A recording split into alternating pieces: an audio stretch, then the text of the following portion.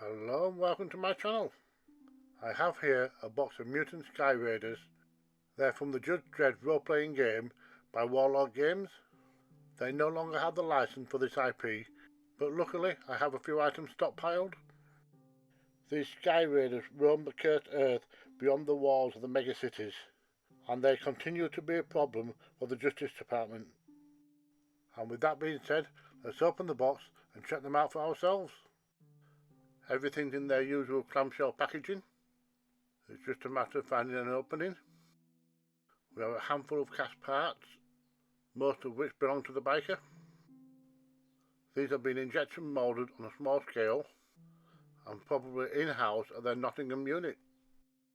Here's everything laid out neatly, including the 4 cards. Inside this plastic is a lot of stored kinetic energy. Just see after my demonstration. And my knee didn't appreciate searching for the part on the floor.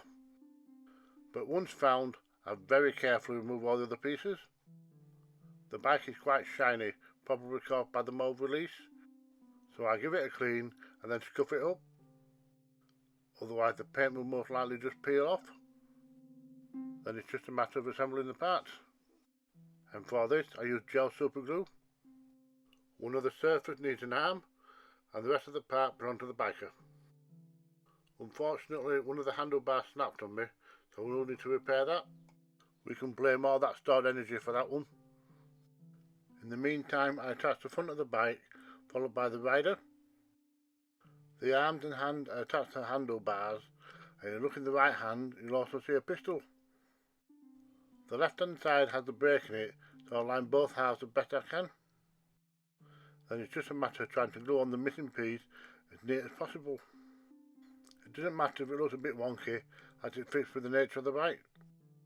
And after patching up a couple of holes, I mix up some milliput, and this is going to be used to create the ground texture for the bases. Then I'll place the clear plastic stems in the middle and blend them in. Because the cursed earth sounds like a very dry and arid place, I sculpted in a load of cracks. Before the milliput has a chance to set, I also put in a few rocks, and then these can be put to one side to cure. We can return our attention back to the other items and get them primed.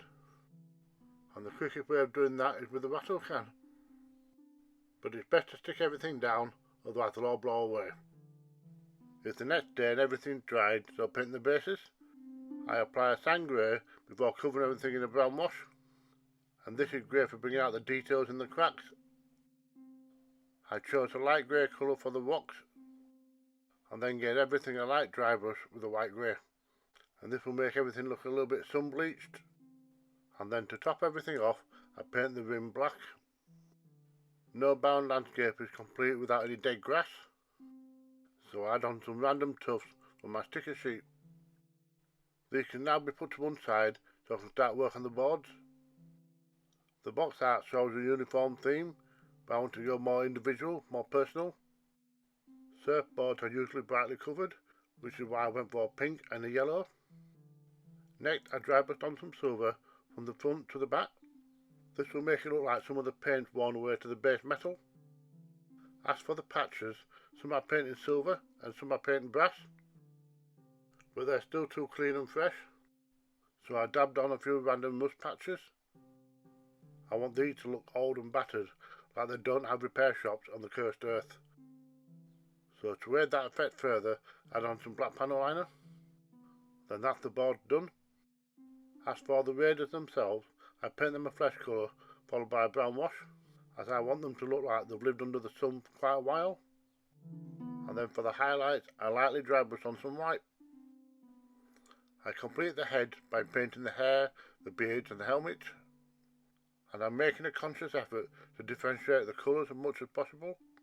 I always find it easier to break the painting up into different blocks, so that way I don't get overwhelmed with all the detail that needs to be covered.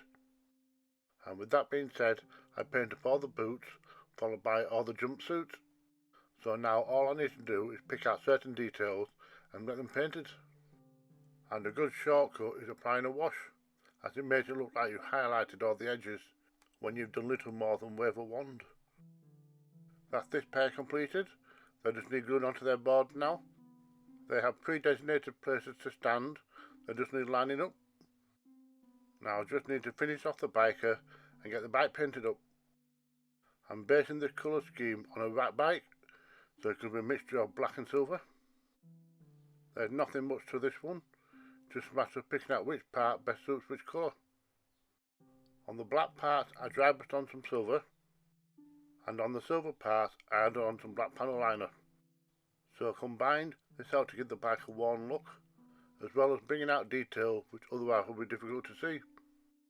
And once that's done, it can be glued onto its stand and sealed with matte sealer.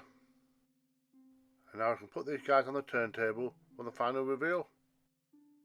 So just to recap, I wanted to make it look like this lot have pieced everything together out of scrap, so all their materials are a mishmash of colours.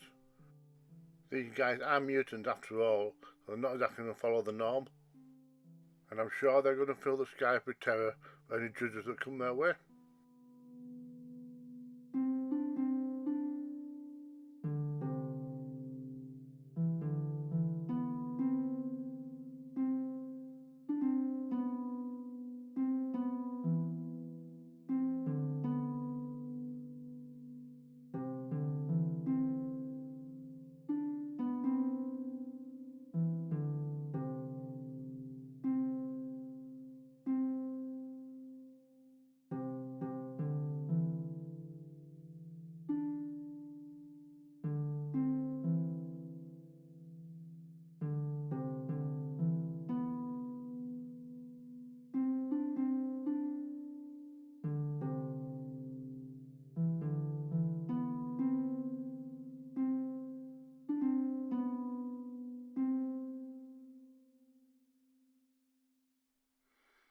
Thank you for watching.